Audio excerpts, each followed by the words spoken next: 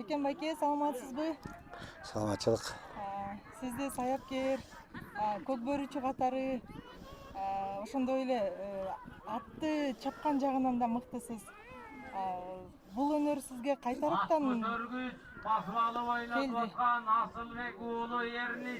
Мен өзүм чоң аталарым ат чапчы да. Ошо 6 жашыман атам колхоздо иштечү эле Зафермо болуп. Ошондо 6 жашыман жылкыны көргөндө эле ошондо мингизип атам мен алып жүргөндө ошондо эле жылкыга жакын болуп калган экенмин. Анан кийин ошо сайыс маал болду да негизи ал.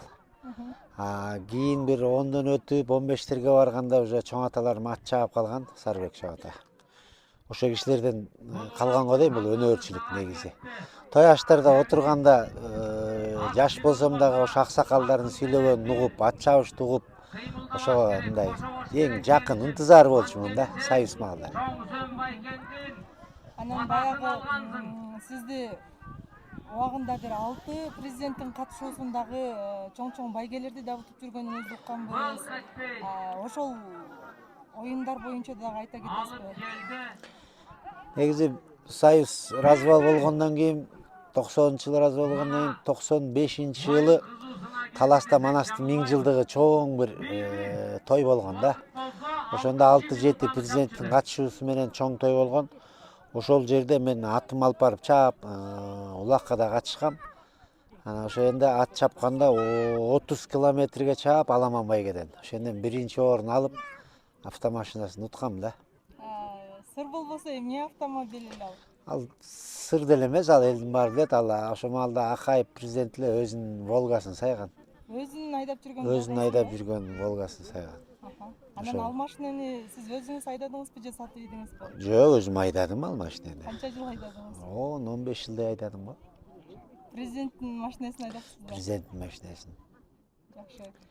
Анан негизи канча жылдан бери ошол улак тарттыңыз? Канча жыл тарттыңыз жалпысынан? Мен өзүм улакты тартканым где-то бир 16-17 жаш менен тарттым улакты. Улакты тартып, анда союз маал болуп калган, мен негизи 80-жылдары тарттым да. Ошондо национальный игры народов болуп, союз маалда жылда күздө мынау Аккула ат майданында улуттук оюндар болчу. Ошенге келип катышып турчубуз. Ошондон тартып баштагам. Мен азыр ушу 62 жашка чыксам да азыр да улак тартам 60тан үйдөгүлөргө. 50 жашка тарттым, 40 жашка тарттым, 50 жашка дагы 1-2 автомашина сайылса ошондон да утканбыз. Жалпысынан канча машина уттуңуз? Мындай жалпысын мындай эсептегенде 15-20 машина уттум го. Анан Казакстанга да барып баягы Мерседес деген машиналар жаңы чыгып аткан кезде Казакстандан дагы машина утуп келген экенсиз. Ошол жөнүндө да айта кетесизби? 1996-жылы Казакстанда ЮНЕСКО, 95-жылда ЮНЕСКО өткөзгөн, Франциянын эмеси, эмес чоң эмес. Ошо 96-жылы дагы Узнагаш деген жерде Алматыда. Жамбылдын 150 жылдыгы, акын 150 жылдыгы болгон. Ошондо аянда деле 6-7 президенттин катышуусу менен 2000ден ашык боз ити кирип чоң той болгон. Ошондо 35 километр аламанга чаап, ошондо биринчи орун алып менин жылкым. Ошондон Мерседес автомашинасын ошо 96-жылы уткам. Ал машинени өзүңүз айдадыңызбы? Өзүм айдадым. Бир жылдай айдадым, анан болбой казактар келип болбой атып бир жылкы таза кандуу жылкы алып, ошого алмаштырган акчасы менен алып ошо казактар кайра алып кеткен ошо. Бир жылга жетпей. Казакстандан келип кайра Казакстанга кетти. Казактар намыстанып 100 ат казактыкы, 4 ат Кыргызстандан 4 ат барганбыз. Ошо 4түн ичинен меники болуп биринчи орун алып ошондон чоң той болгон да. Аттарды кантип таптайсыз? Мен аттарды чынын айтыш керек, баягы азыр айтсам азыркы саяпкерлер кичине эме болбосун, биз азыркыдай допинг, укол деген жок болчу. Ушул маалда деле укол сайганды билбейм мен. Кыргызча суутам мен. Кыргызча суутчумун. Илгери ата бабабыз айткандай ошо кыргызча. Таң ашырып, таң ашырып деп айтат, кайрып деп айтат. Эски мен мисалы 95-жылы Волгутарда 4 жыл дайындагам атты. Бир атты 4 жыл. Биртеке сынактарга кошкон 1-2. 4 жылдан кийин барып ана Манастын 1000-жылдыгына барып чапкан. Андан кийин 97-жылы дагы Бишкекте Акбулак майданында да чоң ат чабыш болгон. Аенден дагы биринчи, по-моему, улуттук оюн болгон ошондо. Развалдан кийин 97-жылы. Аенден дагы Жылдыз деген бээ менен, негизи Журавушка деген болчу, анан өзүнчө кыргызча ат коюп, Жылдыз деген бээ менен биринчи орун алып автомашина ыткам анда да. Анан баягы жалпысынан канча ат тарбияладыңыз? Ошол белгилүү аттарыңызды айта кетесизби? Ийгилик алып келген сизге?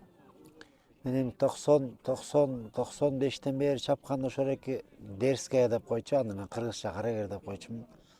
Андан кийин 96-жылда ошол эки ат чаптым. 97-жылы Жылдыз деген бээни чаптым.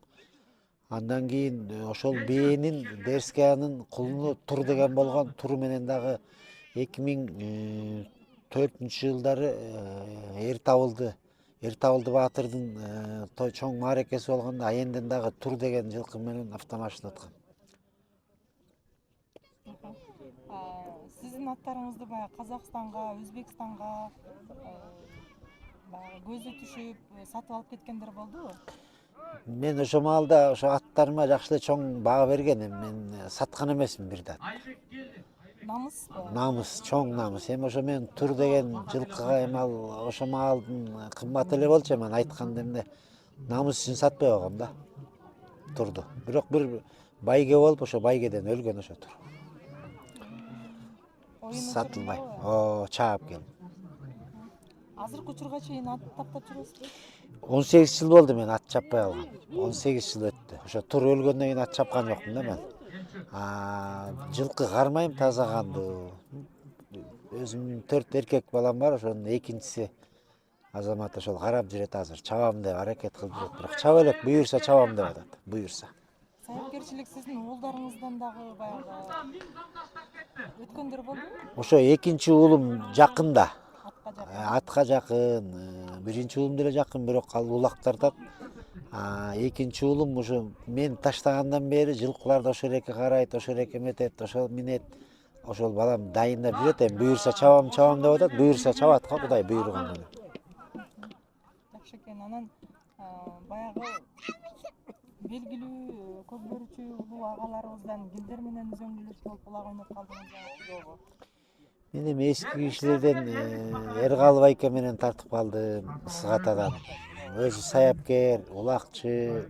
Ал киши да саяпкер болуп Марадона деген атты чапкан. Ошо кишилер менен, эски кишилер менен, бул эркиндер менен тарттым, Кубатай менен чогуу тарттым.